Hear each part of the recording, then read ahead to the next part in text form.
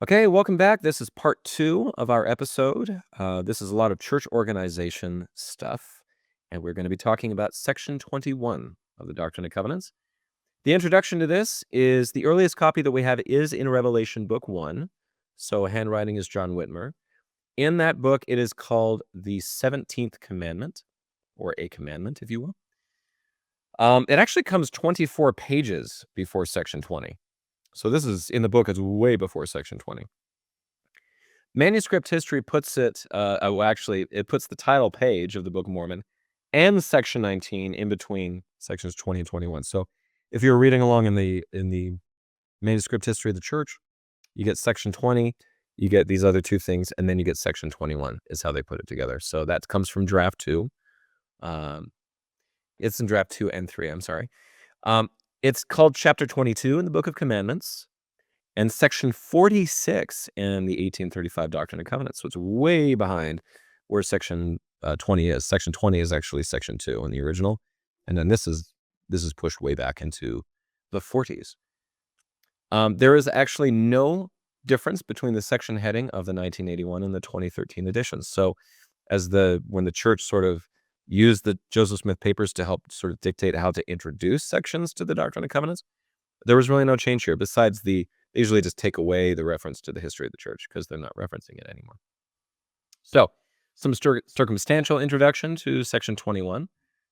The manuscript history describes the organization day of the church, and Oliver and Joseph are sustained as leaders and teachers. Then they are ordained. So this is something we do to this day, but I find it interesting that they started it even back then. They didn't just say, hey, we're in charge.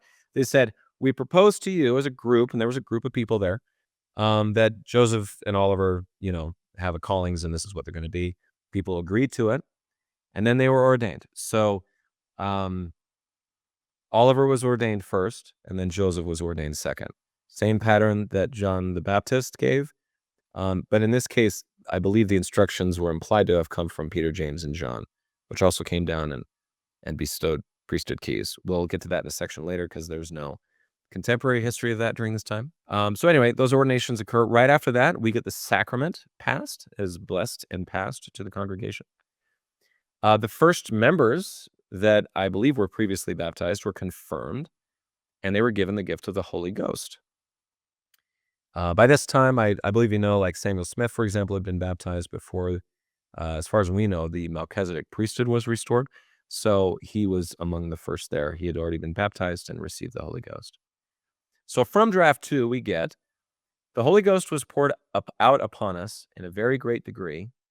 Some prophesied, whilst we all praised the Lord and rejoiced exceedingly.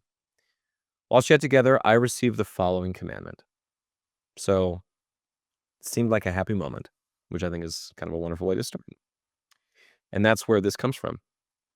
Joseph Smith Papers, Volume 1 from the document series, gives this historical introduction. Joseph Smith's history described another divine communication received that June at the home of Peter Whitmer Sr. in Fayette, New York, when the word of the Lord instructed Joseph Smith and Cowdery to wait to ordain each other elders until such times as it should be practicable to meet with all the believers who would vote to accept us as spiritual leaders or not. Joseph Smith and Cowdery were instructed that when the time came, they should then call out such men as the Spirit should dictate and ordain them, and then attend to the laying on of hands for the gift of the Holy Ghost.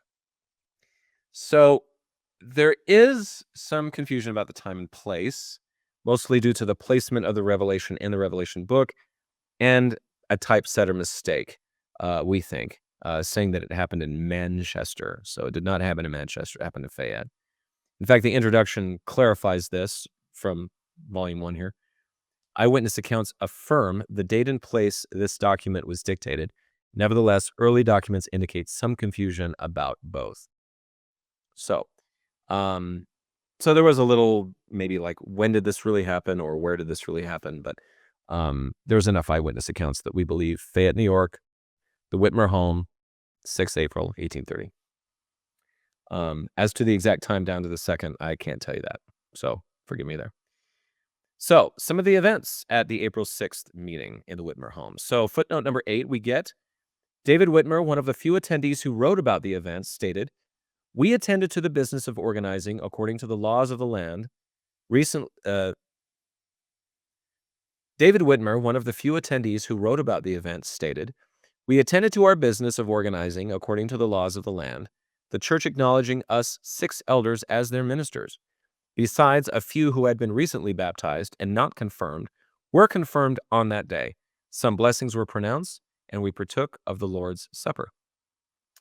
Footnote 12, David Whitmer explained, "The reason why we met on that day was that we should organize according to the laws of the land.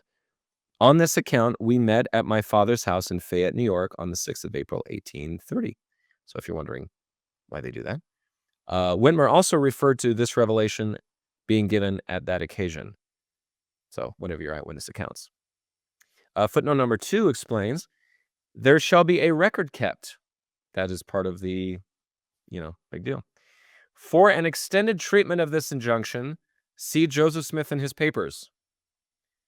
So amateur historian over here went and saw Joseph Smith in his papers. This is from Journals, Volume 1. And I was tempted to read the whole thing to you right now. It is 15 pages long. So I'm not going to do that. I love Richard Bushman. If you're listening to this, you know who I am. We sang in choirs together. Love you, buddy. But great document. Very, very long. It is the entire Papers of Joseph Smith project, talking about everything having to do with Joseph's life and his character and all sorts of things. So the section having to do with this, which is record keeping and having a record being kept, is 3 pages long. So I'll pull a hammy trying to do that. So you can enjoy that on your own time. I will allow it. But a really, really wonderful sort of discourse in paper form as to what that means. There shall a record be kept. This is section 21. That's the first thing you hear. And that you'll be called an apostle and a prophet and a seer. All of that is sort of explained in detail by the very much more eloquent than I am, Richard Bushman. And I believe Dean C. Jesse was a part of that as well. So lots in that footnote that I will not read today because it's pretty lengthy. But needless to say, I would say this entire podcast is also sort of a footnote to that statement. There shall be a record kept. And that's what we're talking about, is the records that have been kept. So there you go. The aftermath of this revelation, which I thought was interesting, footnote 7, on Sunday of the 11th of April, 1830, at Fayette, quote, "Oliver Cowdery preached the first public discourse that was delivered by any of our number. Large numbers of people attended," unquote. "N. Cowdery baptized several people. The baptisms took place in Seneca Lake, near the Whitmer farm. I believe Hiram Smith was one of those that was baptized that day." And this is a pretty famous moment where Oliver Cowdery preaches the first public discourse. And so that's one of the reasons why he is considered in many respects through the Revelations as the spokesman of the prophet, a lot like the Moses-Aaron relationship. And something I wanted to say before I sort of close this down, a couple of things. This is now celebrated, April 6th, 1830, is celebrated as the birthday of the church. This is when it started. And so since that time, every first April weekend, Saturday and Sunday of the church of every year, is the annual conference of the church for that reason. And it is numbered from that moment on. I forget where we are now. We're coming up on 200, I believe. But yeah, so that is a very, very pivotal and huge moment that day. Very joyful moment. The Whitmer farm is still standing as a church history site. You can go visit it if you like. That's where the church was organized. Pretty small room, actually. The other thing I wanted to note here that I find really, really interesting about ego at this time in history. Joseph Smith, prophet of the Lord, there's a revelation here that says there's a record kept about you, Joseph. You're going to be a prophet and seer and all that. What I find really fascinating about this, all this stuff, is that there's a good chance, like I said before, that Oliver Cowdery wrote most of the Articles and Covenants of the church. Oliver Cowdery also helped write and if not the main writer of the Lectures on Faith, which is the first section of the Doctrine and Covenants. Oliver Cowdery preaches the first sermon. Oliver Cowdery does the first baptism. Oliver Cowdery was the one that baptized Samuel Smith. So you have this very interesting relationship where Joseph steps back. He's not really, and even when he does step forward and say we're organizing a church, he has to put it out there to the group to say, "Are you okay with me holding the position that I hold?" And they have to raise their hand and say yes. So there's a very interesting, to me, implied humility behind Joseph Smith kind of stepping back and letting other people do things that he could have done, or maybe he wasn't qualified to do, like scribing of the Book of Mormon translation. He just wasn't apparently capable of doing that. And there's a very interesting humility behind that I found very striking, especially that this particular section. So that's section 21. A lot about record keeping. And I will say that the culture of that to this day holds. We are very big record keeping people in the church. And um, this section up here, I believe I gave an appendix to this.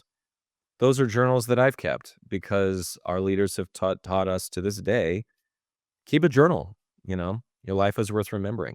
This stack of books here is the Journal of Discourses. So there's a lot of paperwork in the church, a lot of history.